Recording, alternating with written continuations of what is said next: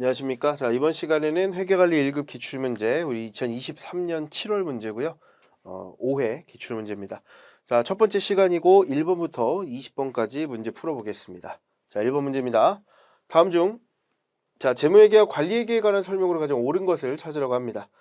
자, 재무회계는 일반적으로 인정된 회계 원칙에 따른 재무지표를 통해 보고한다. 맞네요. 자, 그리고 재무회계의 주된 목적은 경영자의 관리적 의사결정에 유용한 정보를 제공을 하는 것이다.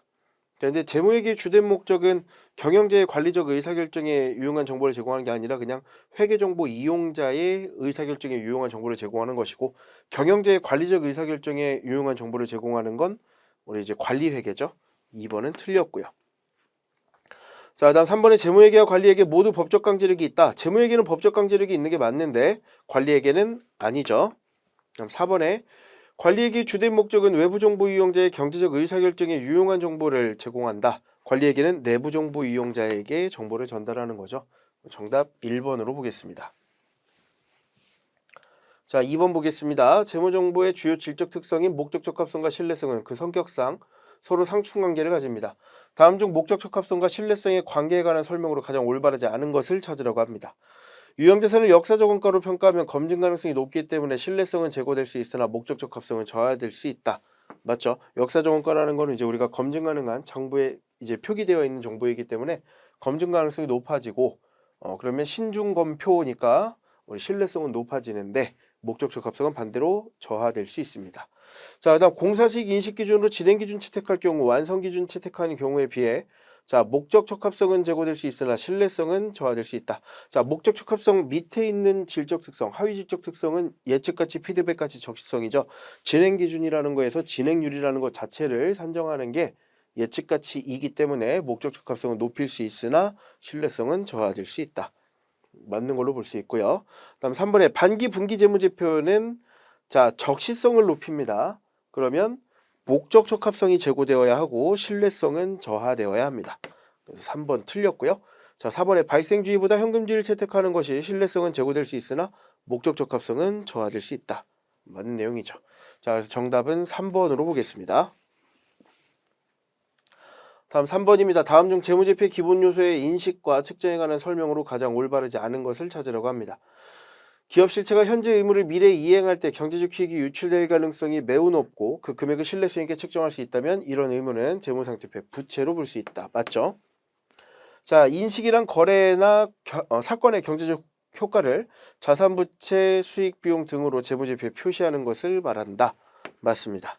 자, 다음 자산을 취득했을 때 대가로 지급한 현금 등가액 또는 기타 지급수단의 공정가치를, 자, 우리 순실현 가능가치라고 한다라고 얘기를 했는데, 우리가 이제 지출한 금액, 우리가 이제 취득한 금액이라고 얘기를 하는데, 그럼 역사적 원가라고 얘기를 해야죠. 순실현 가능가치는 추정 판매 금액에서 추정 판매 비용을 차감하는 항목이기 때문에 3번은 틀렸습니다. 그러니까 순실현 가능가치가 아니라 역사적 원가 혹은 장부가액이라고 얘기를 했어야 됩니다.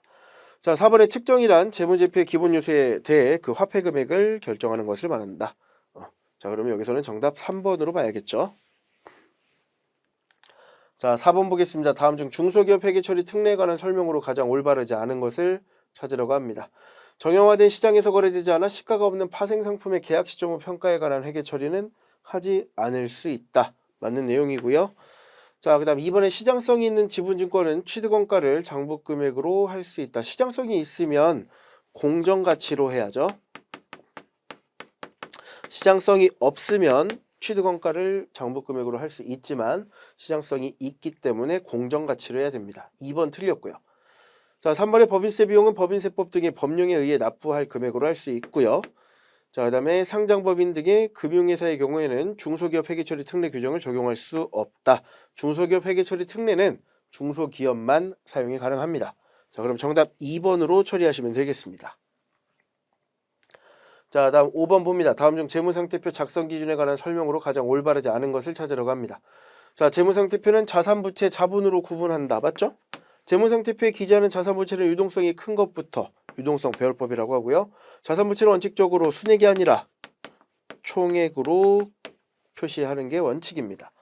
자, 다음 가지급금, 가수금 등의 미결산 항목은 그 내용을 나타내는 적절한 항목으로 표시한다. 미결산 항목 비만 계정 표시 금지의 원칙입니다. 정답 3번으로 처리하겠습니다. 자, 다음 6번 봅니다. 다음은 3일의 재무제표 정보 중 일부고요. 다음 자료를 바탕으로 X2년 중 자본 변동 내역의 당기 순이익을 계산하면 얼마인가? 자, 아래 사항을 제외한 다른 자본 변동 사항 없다고 가정한다고 합니다. 자, 우리 X1년도에 자산 총계, 부채 총계 나와 있으니까 재무상태표를 하나 그리면 13만 원에 부채가 4만 원. 그럼 자본이 9만 원이겠네요. 자, 근데 요게 이제 X2년으로 넘어왔을 때 자, 19만 원에 7만 원이라는 거죠. 여기가 12만 원이 돼야겠네요. 자, 그러면 기초에 있었던 9만 원에 자, 유상증자 만 원 더해지고 주식 배당은 우리 자본 전체 총계에 영향이 없기 때문에 무시하고 당기순이익을 X라고 봤을 때 다 더했을 때 12만 원이 나와야 된다. 자, 그러면 X는 2만 원이 계산이 돼야겠네요. 자, 여기서 당기순이익 얼마인지를 물어봤으니까요. 정답 2번 2만 원으로 처리해 주시면 되겠습니다.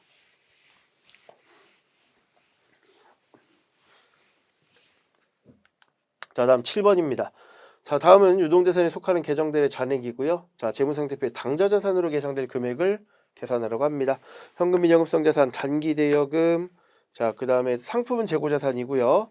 자, 매출, 채권, 선급 비용, 제품 또 재고자산이죠. 자, 그럼 여기 동그라미 친 것만 계산해 주시면 되는데 70만 원 2번으로 처리하시면 되겠습니다. 다음 8번입니다. 다음 중 은행계정조정표에서 은행 측 잔액을 차감해야 하는 경우로 가장 옳은 것을 찾으라고 합니다. 자, 기업이 당좌 수표를 발행했고요. 당좌예금 계정에서 차감했어요. 그러면 기업은 이미 차감을 했습니다. 그런데 은행에서 아직 지급 요구하지 않아서 은행에서 아직 예금 잔액에서 이체하지 혹은 차감되지 않은 경우죠. 은행 측 잔액을 차감해야 되는 경우니까 1번이 정답이네요. 자, 2번 보면은 은행의 서비스에 대한 수수료를 은행은 당좌구제에서 차감했다. 은행은 이미 차감했는데 기업이 몰라요. 그럼 여기서는 기업이 차감해야죠. 자, 그다음 다른 계좌 이자 수익이 당제금 계좌로 이체되었으나 은행으로부터 통지받지 못했다. 그럼 은행은 이미 가산해 놓은 상태고 기업이 아직 안 했으니까 기업이 가산을 또 해야 되는 상태입니다. 자, 그 다음 4번에 타인 발행 당좌 수표를 은행에 예입하고 기록하였으나 그러면 기업은 플러스로 기록을 해놓은 상태인데 타사 당좌예금 잔액으로 지급이 거절되었고 은행으로부터 이를 통지받지 못했다. 자, 근데 은행은 자, 이거 입력하면 안 돼라고 얘기를 한 거죠. 그러면 반대로 다시 어떻게 돼요? 기업이 다시 차감을 해야 되는 상태입니다. 근데 이건 기업이 차감하는 상태니까 여기서는 1번만 정답이 되겠네요. 정답 1번으로 처리하겠습니다. 자, 다음 9번입니다. 다음 중 대손 충당금 설정에 관한 설명으로 가장 올바르지 않은 것을 찾으라고 합니다.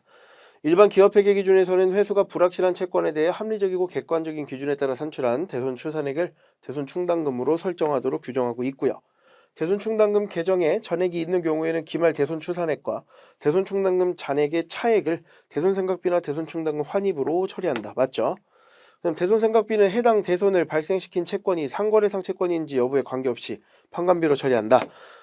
일반적인 상거래에서 발생한 거면 판매비와 관리비로 가는 거고 일반적인 상거래가 아닌 데서 발생했으면은 기타의 대손 상각비라고 하죠.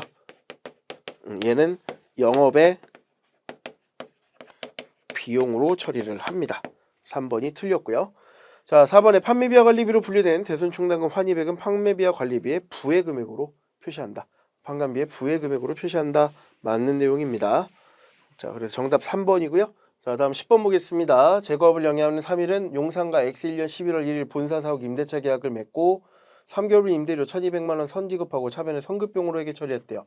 자, 그러면 자, 11월 1일에 우리는 선급 비용이 1200만 원이 설정이 된 거고요.